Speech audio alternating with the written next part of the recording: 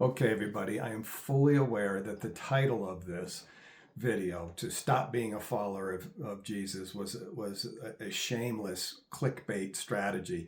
Nonetheless, I do want to encourage you to stop being a follower of Jesus and thinking about your walk of spiritual growth and development towards freedom and purpose and joy from a behavioral level. I want to talk today about an identity level, about who you are.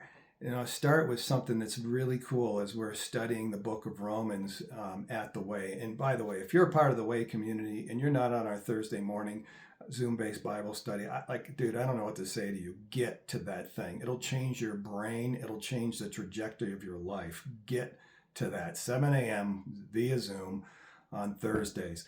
But we've talked about Romans 6:11. It says, reckon yourself dead to sin. And you sit there and say, okay, I realize that I'm forgiven of my sin, but I still sin. So I'm not sure if I'm dead to sin. And I think what Paul's getting at is reckon yourself as having the potential to be free of sin, to have no compulsion to sin, to become holy.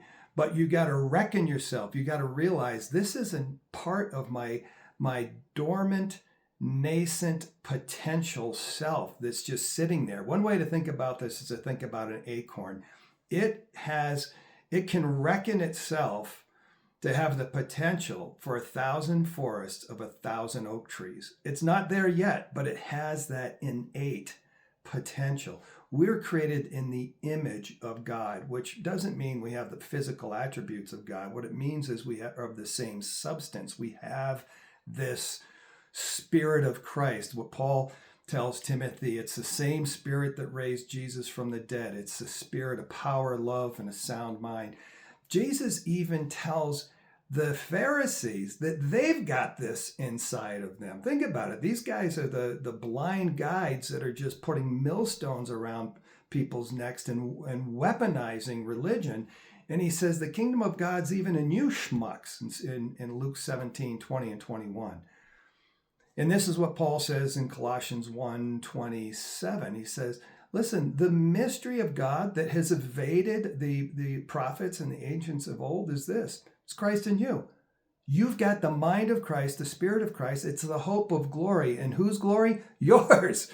Not just God's, yours as a carrier of the Christ, not a striving, sniveling follower of Christ. I got to behave so God doesn't get mad at me. No, lift up your head, throw back your shoulders. I have this potential, this God-given gift, this divine spark. It's a spark that John in the first chapter of his gospel says it's the light that lighteth up all men.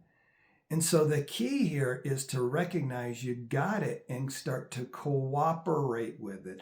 Paul says that you do this by diminishing the flesh, that the carnal man starts to die, and you realize, man, I got this power. I've got this nascent, dormant power. And as you start to recognize that this is your identity, what will happen is that Spirit of Christ, that mind of Christ, will start to highlight your sin. It'll start to highlight your anger, your anxiety, your jealousy, your controlling nature, your judgmentalism. You'll start to realize that, wow, man, I got this stuff going on. And then your behavior will subsequently start to change, not out of striving or shoulds or oughts. It'll start to change out of wisdom. You're going to realize that stuff is missing the mark of the full potential and abundant a life that's available to me. I got to stop doing it. Not because I have to please Jesus, because it's dumb to not stop doing it. And when you wake up to that and you start to look at the things where you're behaving in ways that just aren't good for you or those around you, you will start to now behave like Jesus. But you need to first think that you are like Jesus. You have this thing in you. I mean, Jesus says, he says, hey, to the disciples, when I was naked, you didn't clothe me. I was hungry, you didn't feed me. I was imprisoned, you didn't visit me. And they're like, well, what are you talking about? You're like, we never saw you like that, Lord. And he says, hey, whenever you did to the least of these, you did to me. Because even those people have my Spirit. We share this common union. So we've got this potential. So here's your coaching question. What can you do to shift your brain from following Jesus and getting yourself trapped in this loop of try, fail, shame, and then muscle up it again, try, fail, shame. How do you shift from the behavior level and you shift to the identity level? Like, this is how I'm wired. And if I cooperate with the spirit that I have, I will slowly but surely start to change. So what's the first thing you need to do to shift that paradigm from behavior to identity? So that's it for today. Be love, go love.